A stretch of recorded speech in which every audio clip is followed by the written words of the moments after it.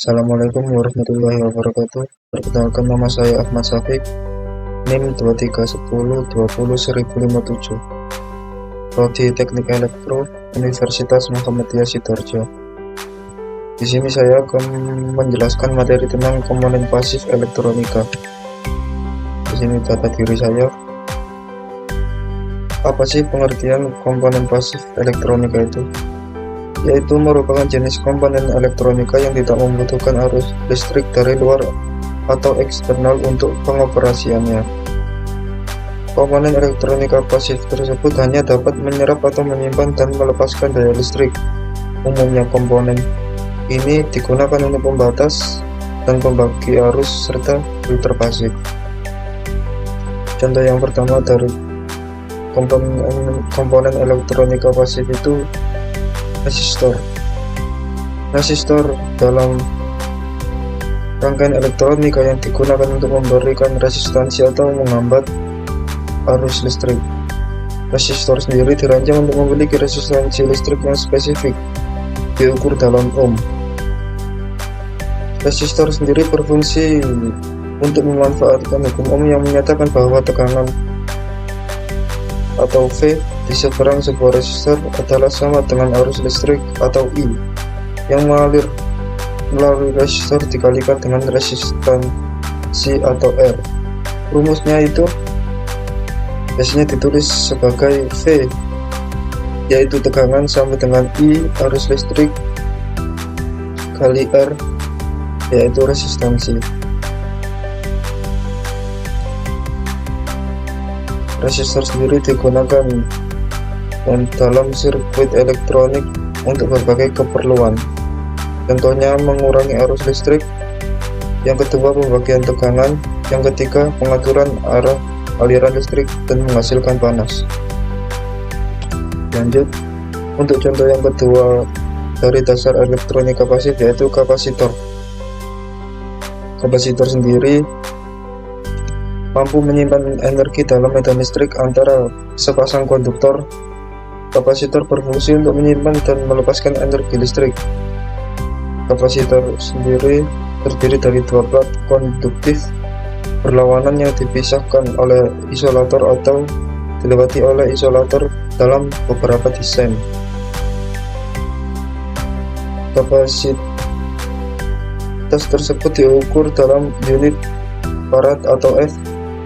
Meskipun banyak komponen khas memiliki kapasitas yang jauh lebih kecil atau dalam nanofarad atau picofarad. Kapasitor tidak memiliki resistansi dalam arti sebenarnya, tetapi kapasitor memiliki sesuatu yang disebut reaktansi yang mempengaruhi arus listrik yang mengalir melaluinya. Hal ini memungkinkan kapasitor untuk digunakan dalam aplikasi seperti penyiaran dan penyaringan sinyal di rangkaian audio dan video.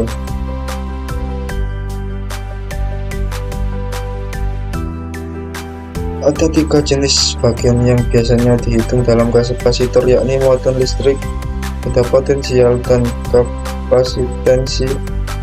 Berikut adalah untuk rumusnya.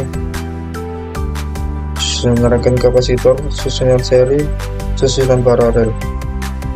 Untuk rumusnya sendiri bisa dilihat di tabel yang di bawah. Kita lanjut untuk manfaat kapasitor tersebut, yaitu contohnya untuk menghemat listrik, contoh pada lampu neon. Yang kedua, menentukan frekuensi, contohnya rangkaian isolator. Yang ketiga, membangkitkan sinyal frekuensi atau contoh pada antena. Untuk cara mengukur kapasitor sendiri, yaitu di abad ke-18 ilmuwan bernama Coulomb menghitung muatan listrik. Nilai satu Coulomb sama dengan 6,25 kali 1018 elektron. Kapasitor bisa diukur dengan alat multimeter digital. Caranya seperti di bawah. Posisi skala selektor diatur ke arah simbol kapasitor. Yang kedua, prob dihubungkan ke terminal kapasitor. Yang ketiga, nilai kapasitansi kapasitor akan muncul di layar multimeter digital. Ini untuk cara kerja kapasitor sendiri. Yang pertama, sebelum adanya muatan pada kedua plat bahan elektrik memiliki dipole acak sendiri bersifat isolator. Untuk selanjutnya bisa dilihat di tabel sendiri dan penjelasannya. Untuk contoh yang ketiga yaitu induktor, merupakan komponen elektronika pasif yang memiliki bentuk seperti kumparan atau lilitan kawat, biasanya ditemukan dalam bentuk melingkar. Bisa dilihat dari contoh gambar di samping, yaitu gambar induktor. Contohnya induktor. Fungsi induktor itu bisa buat meneruskan arus DC, menghambat arus AC, dan melipat gandakan arus listrik.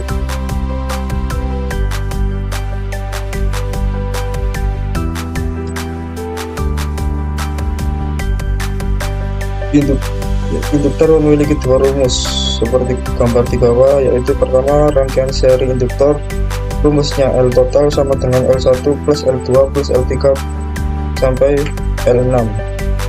Untuk rangkaian paralelnya induktor, rumusnya yaitu 1 per L total sama dengan 1 per L1 plus 1 per L2 plus 1 per L3 plus sampai dengan 1 per Ln.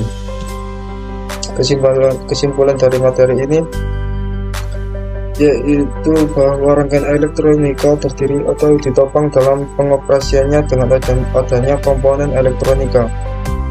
Komponen elektronika itu dibagi menjadi dua, yaitu pasif dan aktif.